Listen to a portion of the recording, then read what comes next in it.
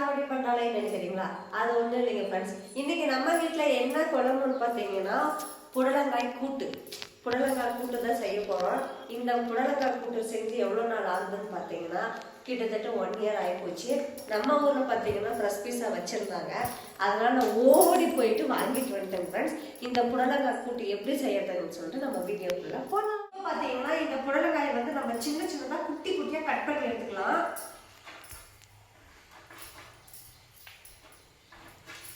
இப்போ பார்த்தீங்கன்னா கட் பண்ணிட்டா இதில் இருக்கிற சீட்ஸ் எல்லாம் நம்ம எடுத்துடலாம். இதில் இருக்கிற சீட்ஸ் எல்லாம் நம்ம எடுத்துட்டு ரொம்ப குட்டி குட்டியாக லேயராக நம்ம கட் பண்ணி எடுத்துக்கணும். இப்போ பார்த்தீங்கன்னா இந்த மாதிரி நான் கட் பண்ணி எடுத்துருக்கேன். இதில் இருந்து நம்ம குட்டி குட்டியாக எடுத்து கட் பண்ணிக்கலாம். இப்போ பார்த்தீங்கன்னா நம்ம குட்டி குட்டியாக கட் பண்ணி எடுத்துட்டோம்.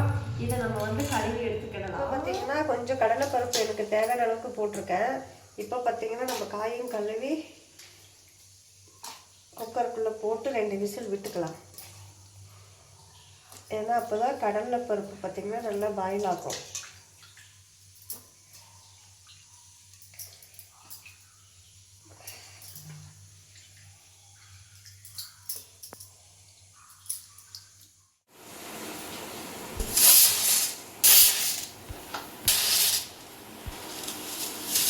இப்போ பார்த்தீங்கன்னா நம்ம புடலங்காய்லாம் வெந்துருச்சு. இப்போ நம்ம வந்து அதை தாளிச்சி எடுத்துக்கலாம்.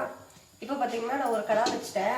அதில் எனக்கு தேவையான அளவு பார்த்தீங்கன்னா ஆயில் சேர்த்திக்கிறேன். உங்களுக்கு எவ்வளோ வேணுமோ அவ்வளோ சேர்த்திக்கோங்க. நான் வந்து பார்த்தீங்கன்னா எப்பவுமே கொஞ்சம் ஆயில் எக்ஸ்ட்ரா சாப்பிடுவேன். அதனால் நான் எக்ஸ்ட்ராவே ஊற்றிக்கிறேன். உங்களுக்கு போதுமான அளவுக்கு நீங்கள் ஊற்றிக்கோங்க. இப்போ ஆயில் வந்து பார்த்தீங்கன்னா நல்லா சூடாகட்டும்.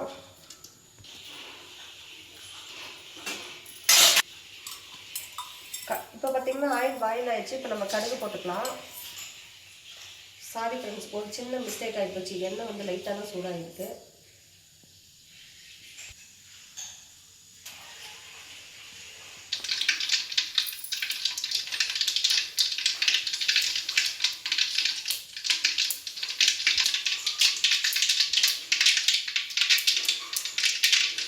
பார்த்தீங்கன்னா கருவேப்பிலை சேர்த்திக்கலாம்.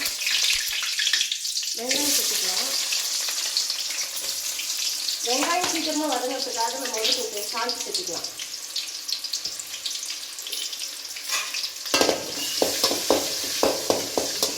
வெங்காயம் நல்லா பாயில் ஆகும். வெங்காயம் பார்த்தீங்கன்னா லைட்டாக பார்த்தீங்கன்னா ப்ரௌன் கலர் ஆகிருக்கு. நல்லா கோல்டன் ப்ரௌன் கலராக மாற வரைக்கும் நன்றாக வதக்கு என்று வதக்க வேண்டும். இப்போ பார்த்தீங்கன்னா வெங்காயம் வதங்கிடுச்சு. இப்போ நம்ம இந்த ஸ்டேஜில் என்ன பண்ணணும் அப்படின்னு பார்த்தீங்கன்னா தக்காளியை நமக்கு தேவையான அளவுக்கு சேர்த்துக்கோங்க.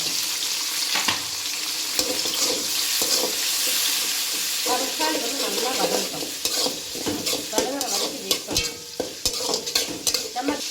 நம்ம கிராமத்தெல்லாம் பார்த்தீங்கன்னா ரொம்ப டேஸ்ட்டாக இருக்கும். இந்த மாதிரி தான் சிம்பிளாக செஞ்சாலும் சீக்கிரமாக முடிச்சிருவாங்க. ஆனால் டேஸ்ட்டாகவும் இருக்கும். இந்த மாதிரி வேணால் நீங்கள் ட்ரை பண்ணி பாருங்கள். ஒரு டைம் ட்ரை பண்ணி பார்த்துட்டு கமெண்ட்ஸில் வந்து எனக்கு எப்படி இருக்குன்னு சொல்லுங்கள்.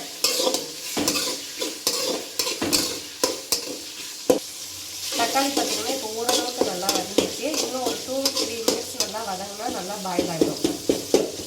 இப்போ தக்காளி வேகலை அப்படின்னா என்ன பண்ணுறீங்கன்னா இப்படி ஒரு கரண்டி வச்சு நல்லா தூக்கி விடணும். அப்படின்னா சீக்கிரமாக வேகும்.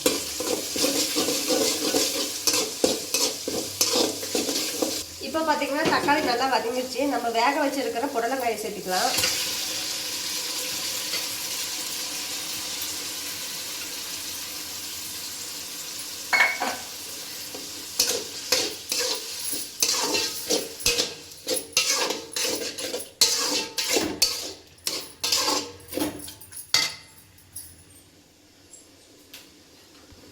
தேவையான அளவுக்கு மஞ்சள் பொடி சேர்த்துக்கலாம்.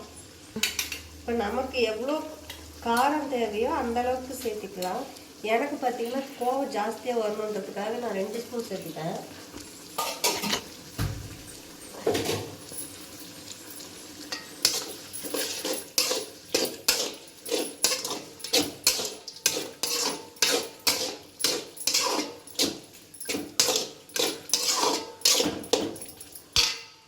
கொஞ்சமாக வேக வச்சிருக்கிற தண்ணியோட எடுத்து வச்சிருந்தேன். அதோட தண்ணி சேர்த்திக்கிறேன்.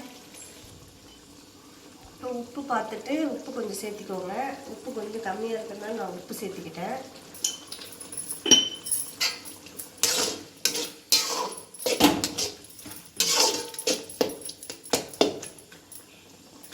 நல்லா பாயில் ஆகட்டும். இப்போ பார்த்தீங்கன்னா கொஞ்சம் தேங்காய் போட்டுக்கலாம்.